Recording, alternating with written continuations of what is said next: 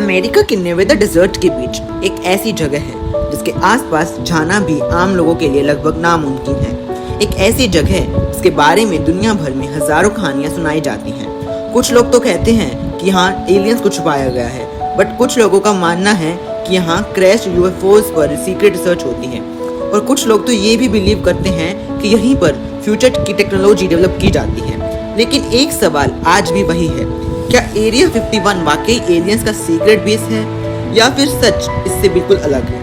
आज beyond words पर हम फैक्ट्स और मिथ्स को अलग करते हुए जानेंगे एरिया 51 की असली कहानी। ये सिर्फ एक मिस्टीरियस प्लेस की स्टोरी नहीं है, ये cold war, secret militia projects और दुनिया की सबसे फेमस कॉन्स्पिरेसी थ्योरीज की कहानी है। एरिया 51 का नाम सुनते ही सबसे पहले एलियंस और यूएफओज याद आते हैं, लेकिन इंटरेस्टिंग बात ये है कि कई सालों तक अमेरिका गवर्नमेंट ने इस जगह का ऑफिशियल नाम तक एक्सेप्ट नहीं किया था। इसी सीक्रेसी ने लोगों के दिमाग में और भी ज्यादा सवाल पैदा कर दिए। आखिर ऐसा क्या था जिसे दुनिया से छुपाया जा रहा था? क्या सच में वहाँ कुछ एक्स्ट्रा ऑर्डिनरी था या सिर्फ सीक्रेट मिलिशिया टेक्नोलॉजी? इस सवाल का जवाब जानने के लिए हमें चलना होगा 1950s के अमेरिका में, जहाँ से एरिया 51 की कहानी शुरू होती है। उस वक्त दुनिया दो सुपर पावर्स में बची हुई थी, अमेरिका और सोवियत यूनियन। इस दौर को हम कोल्ड वॉर के नाम से जानते हैं।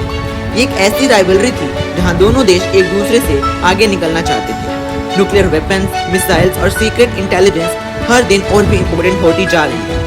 अमेरिका को सोवियत यूनियन की मिलिट्री एक्टिविटीज पर नजर रखने के लिए एक ऐसे एयरक्राफ्ट की जरूरत थी जो बहुत ज्यादा ऊंचाई पर उड़ सके और एनिमी रडार से बचकर सीक्रेट इंफॉर्मेशन कलेक्ट कर सके। इसी मिशन के लिए CIA और लॉकहीड के इंजीनियर्स ने एक टॉप सीक्रेट प्रोजेक्ट शुरू किया। उन्हें एक ऐसी जगह चाहिए थी जो दुनिया की नजरों से दूर हो, जहां नए एयरक्राफ्ट को टेस्ट किया जा सके और जहां किसी आउटसाइडर की पहुंच ना हो। काफी जगह को देखने के बाद उनकी नजर पड़ी नेवेदा डेजर्ट के एक सुनसान एरिया पर। यहाँ एक ड्राई लेक बेड था, आसपास कोई सिटी नहीं थी और पॉपुलेशन भी बहुत कम थी। ये जगह सीक्रेट टेस्टिंग के लिए बिल्कुल परफेक्ट थी। इसी लोकेशन को बाद में दुनिया एरिया 51 के नाम से जानने लगी। यहीं पर लॉकहीड के इंजीनियर्स केलरन स्कैली जॉनसन और उनकी फेमस शंक वॉक्स टीम ने U2 स्पाई प्लेन का डेवलपमेंट और टेस्टिंग शुरू की। U2 कोई नॉर्मल एयरक्राफ्ट नहीं था, ये लगभग 70,000 फीट की ऊंचाई पर उड़ सकता था, जो उस वक्त की किसी भी कमर्शियल या मिलिट्री एयरक्राफ्ट से काफी ज्यादा थी। इसकी वजह से अमेरिका सोवियत यूनियन के ऊपर से इंटेलिजेंस गैदर कर पा रहा था, बिना आसानी से डिटेक्ट हुए। बाद में इसी बेस पर और भी एडवांस्ड एयरक्राफ्ट टेस्ट किए गए, जैसे A-12 ऑक्सकार्ट और फिर SR-71 ब्लैकबर्ड, जो अपनी स्पीड और स्टील्थ के लिए आज भी एविएशन हिस्ट्री का एक लीजेंड माना जाता है। इन एयरक्राफ्ट की टेस्टिंग इतनी सीक्रेट थी कि बेस पर काम करने वाले बहुत से लोगों को भी पूरे प्रोजेक्ट की इंफॉर्मेशन नहीं दी जाती थी। हर प्रोजेक्ट को अलग रखा जाता था, हर एम्प्लॉय को सिर्फ इतना ही पता होता था जितनी उसके काम के लिए जरूरत थी। यही वजह थी कि एरिया 51 के आसपास हर अनयूजुअल एयरक्राफ्ट देखने वाला इंसान हैरान रह जाता था। किसी को समझ नहीं आता था कि आसमान में आखिर ये अजीब चीजें क्या उड़ रही हैं।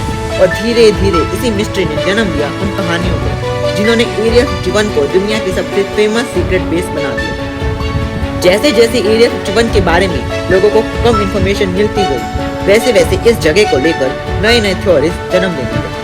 1960s और 1970s के दौरान नेवेदा के आसपास रहने वाले कई लोगों ने आसमान में अजीब रोशनियां और अनोखे एयरक्राफ्ट देखने का दावा किया। उस वक्त किसी को नहीं पता था कि अमेरिका सीक्रेटली नए मिलिट्री एयरक्राफ्ट टेस्ट कर रहा था, इसलिए बहुत से लोगों ने सोचा शायद ये UFOs हैं। लेकिन एरिया 51 को एलियन से जोड़ने वाली सबसे बड़ी वजह बना रोजवेल इंसिडेंट।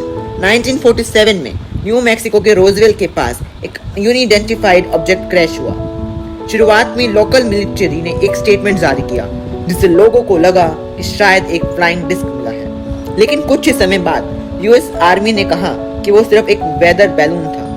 इसी कंट्राडिक्शन ने कॉन्स्पिरेसी थ्योरीज को और हवा दे दी। कई लोगों ने माना कि क्रैश हुआ ऑब्जेक्ट असल में एक एलियन स्पेसक्राफ्ट था और उसके रैकेज को सीक्रेटली एरिया 51 ले जाया गया। लेकिन आज तक इस बात का कोई पब्लिकली वेरीफाइड एविडेंस सामने नहीं आया है। फिर 1989 में एक और नाम दुनिया भर में फेमस हुआ, बॉब लिज़ार।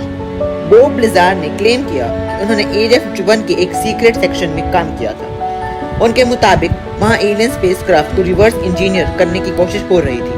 उन्होंने ये भी दावा किया कि उन्होंने ऐसी टेक्नोलॉजी देखी जो इंसानों ने कभी नहीं बनाई। उनके इंटरव्यूज ने पूरी दुनिया में सेंसेशन क्रिएट कर दिया। आज भी बहुत से लोग उनकी बातों पर यकीन करते हैं, लेकिन दूसरी तरफ कई जर्नलिस्ट, साइंटिस्ट और इन्वेस्टिगेटर्स ने उनके क्लेम्स पर सवाल उठाए। उनके एजुकेशन रिकॉर्ड्स, एम्प्लॉयमेंट हिस्ट्री और कई स्टेटमेंट को इंडिपेंडेंटली वेरीफाई नहीं किया जा सका। इसी वजह से बॉब लिजार्ड की स्टोरी आज भी एक कंट्रोवर्सी बनी हुई है। सालों के दौरान एरिया 51 के बारे में और भी कई थ्योरीज सामने आई।